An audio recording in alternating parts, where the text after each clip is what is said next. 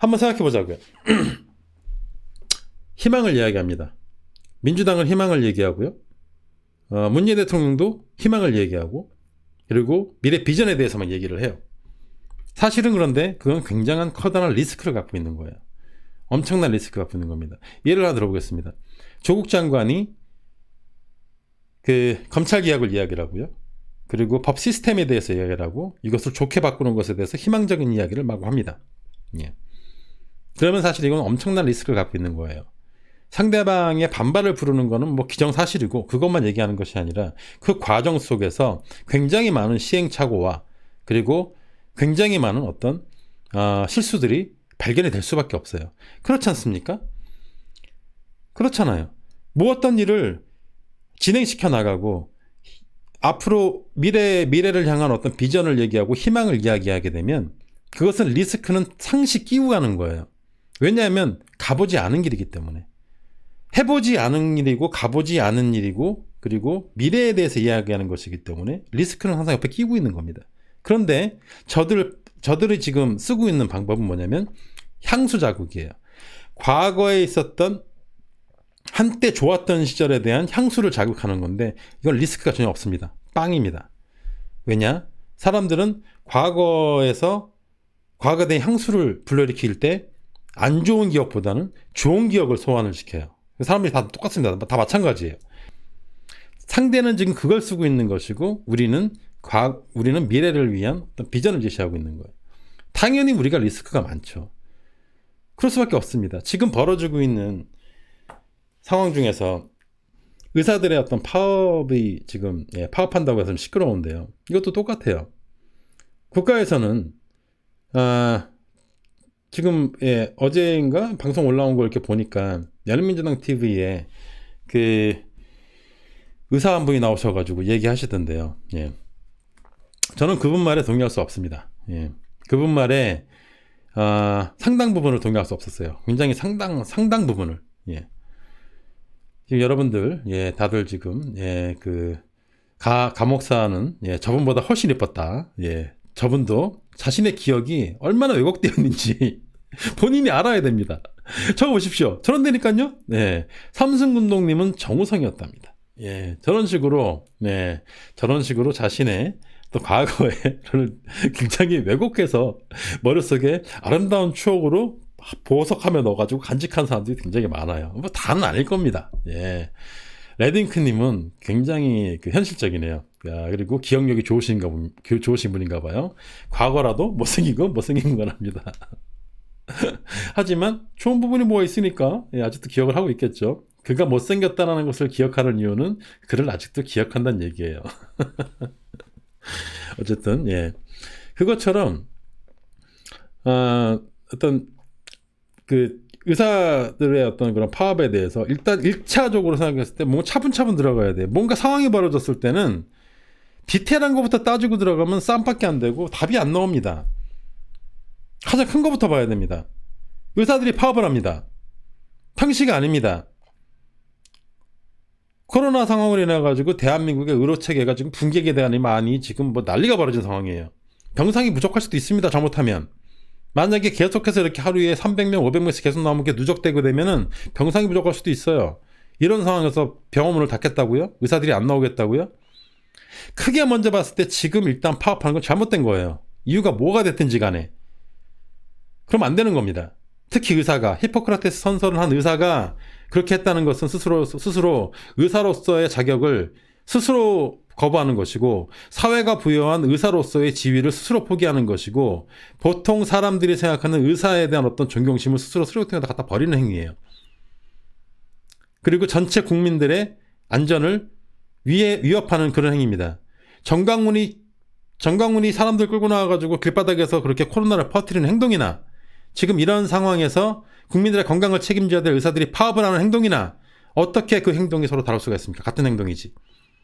이 전체적인 상황으로 봤을 때는 크게 보고 일단 그것에 대해서 일단 얘기를 해야 되는 것이고요. 그리고 의사들이 지금 하는 행동에 대해서 어떤 정당성을 부여하고 그럴 수밖에 없다라고 하기 위해서 여러 가지 것들을 논리들을 끌고 나오는 것 같은데, 그 논리 중에 하나가 의사들이 정부를 믿지 못한다. 정부도 의사를 믿지 못한다라는 그런 얘기를 합니다. 그러면 전문가로서 해야 될 일은 뭡니까? 정부에게 신뢰감을 주고, 그리고 정부가 말귀를 못 알아듣는 관료들에게 전문가로서의 어떤 그런 의견을 계속 개진하고 이야기함으로써 조금씩 조금 한 걸음이 안 되면 반걸음이 안 되면 그냥 오리걸음이라도 조금씩 앞으로 전진시키는 게 그게 해야 될 일이지. 말해도 알아듣지 못하니까 더 이상 말하지 않겠다. 예. 그게 지식인으로 사주십니까? 호주는 공립병원이라고 하는 제도가 있어요. 그래서 나라에서 운영을 해요. 공립병원이 다 의사들도 다 전부 다 나라에다 고용이 되어 있습니다. 왜 그건 얘기하지 않죠? 왜 그런 건 얘기하지 않습니까? 지금 추진해야 될 것은 의사들의 확충에 대해서 먼저 안을 내놓았으니 그게 의사들이 배출되는 시기를 봤을 때 지금 몇 년이 걸려요. 그럼 그 다음 스텝은 뭐냐? 그 의사들을 지방에서 수용할 시설을 만드는데 그게 공립병원이 되겠죠. 지방 공립의료원들이 되겠죠. 그게 이제 그 다음 스텝이죠. 그리고 지방 공립의료원은 국립일 수도 있겠지만 시립일 수도 있고 도립일 수도 있고 그렇지 않습니까? 이 모든 것들이 한 방에 해결될 수는 없잖아요. 이 의사들을 만들어가지고 서울에다 다 때려 박겠다는 게 아니지 않습니까? 일단은 의사의 정원을 늘리겠다라고 1차 안이 나왔으면 그러면 그 증원된 의사들을 어떻게 활용할 것인지에 대해서 계속해서 얘기를 하고 그리고 발전적인 방향으로 좋은 안을 내놓아서 좋은 방향으로 가게끔 하는 게 맞는 거지. 지금 현재 정부가 내어놓은 어떤 수치에 대해서 반박을 하고 OECD 국가 중에서 뭐 어쩌고저쩌고 뭐 숫자가 어쩌고저쩌고 그 반박이 소용이 없는 게 국민들이 체감으로 느끼는 의사들의 숫자가 많다고 느끼는 사람이 어디 있습니까? 국민들이 체감으로 느끼는 의사의 숫자가 많다고 느끼는 사람이 어디 있어요? 숫자를 가지고 수치와 데이터를 가지고 대한민국의 의사 숫자가 적지 않다라고 이야기를 하는데 중요한 건 숫자와 데이터가 아니라 몇 번 이야기하지만 국민들이 실질적으로 느끼는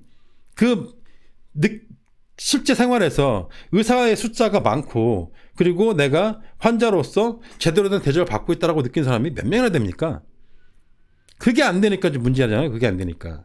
그렇기 때문에 국공립의 어떤 그런 그 의료시설과 그리고 의사를 확보를 해야 된다. 그리고 단순히 건물과 의사만 있어도 되는 것이 아니라 요즘 의학은 기계 설비 장비가 엄청나게 중요해요. 의사가 진단하는 것이 아니라 기계가 진단을 합니다. 엄청나게 고가의 기계들이 진단하게끔 되어 있어요.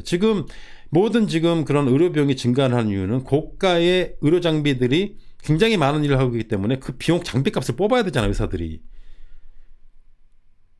그 의료법인들이 그 값을 뽑아야 될 거 아닙니까? 그러니까 지금 비용이 많이 들어가는 거고 의료 수가에 대해서 말이 많은 거고 여러 가지 말이 많은 건데 그런 것들의 장비들에 대해서 국가가 국가의 비용으로다 만약에 지원을 하게 돼서 지방 각 도시마다 국공립 병원들이 제대로 된 시설을 갖추고 제대로 된 의사들이 있게 된다고 한다면 그게 전 국민적인 어떤 그런 이익으로 돌아오지 않겠습니까? 그 과정에서 의사들의 이익이 좀 줄어든다 한들 그 의사들의 이익이 좀 줄어든다고 저렇게 파업하는 게 옳은가요? 옳지 않죠. 저는 지금 그 어떠한 논리를 가지고도 지금 이 상황에서 의사들이 파업하는 것에 대해서 면죄부를 주거나 당위성을 주는 어떠한 행위에도 저는 동의할 수가 없어요. 갑자기 지금 그쪽으로 뛰었는데요. 그것처럼